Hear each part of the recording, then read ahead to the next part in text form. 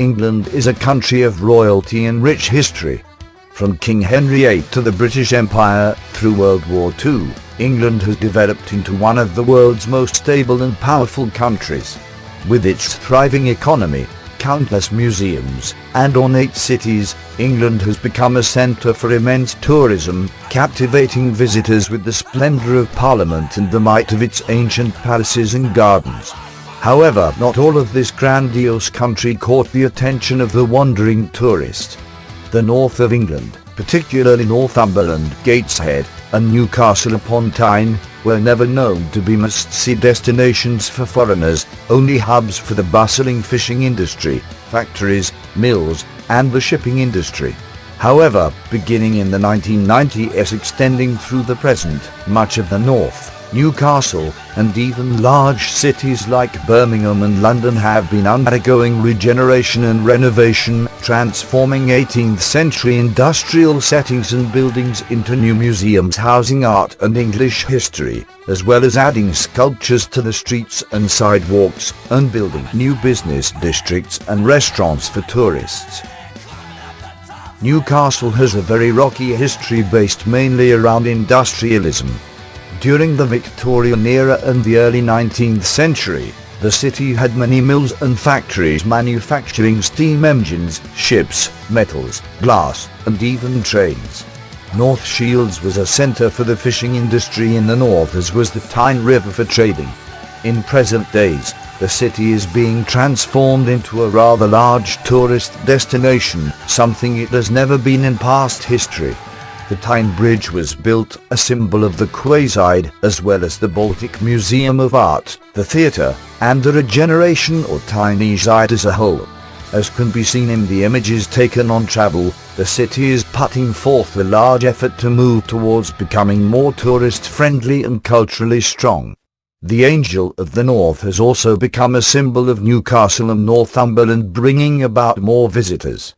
Newcastle and Gateshead alone have exceeded 2 million visitors every year as of 2011, and a 5% increase in 2012, and another 2% increase in 2014.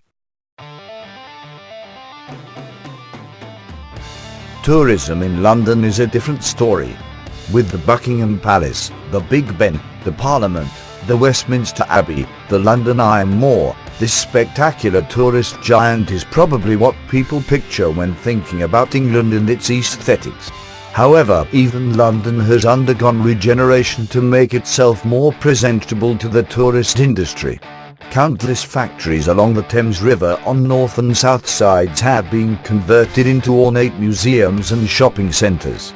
The Tate Modern, the Millennium Bridge and the Tate Britain are examples of this. These museums house art from all periods of time, a lot of it specifically from the Victorian era and the Industrial Revolution that had a significant impact on British artists at that time. Some of them supported the Industrial Revolution, but others said that its mass production killed creativity. In an effort to sell British national identity, these new museums are filled with mainly famous British artists that documented and reflected on the Industrial Revolution, such as Joseph Moore, Lord William Turner and Joseph Wright of Derby. Turner is considered by many to be responsible for the interest of artists in the Industrial Revolution. He is well known for his representations of trains. On the other hand, Derby is known for his works of art that show furnaces and the production and transport of coal. He is also famous for portraying the contrast between nature and industrial production. This regeneration has a certain history and has been going on for over 20 years. Few attractions built in the early 1990s include the London Eye and the London Docklands, which are examples of regeneration. All of these attractions have been put in place to strengthen tourism in the city and display London's beauty and power. The regeneration of the Docklands Industrial Centre into a business district was a large project for London's City Council, creating a new place for young entrepreneurs to live with restaurants and bars, even a brand new metro system. From the white cliffs of Dover to the green forests of Northumberland, England in itself is a spectacle in the eye of the beholder.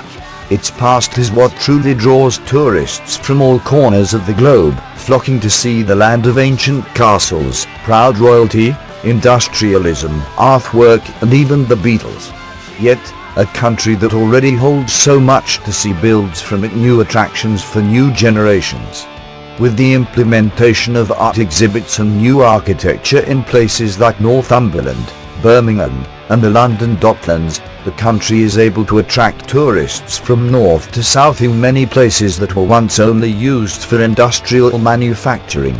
This commodification and regeneration has not only strengthened the British tourism and economy, but also the national identity of this regal country altogether.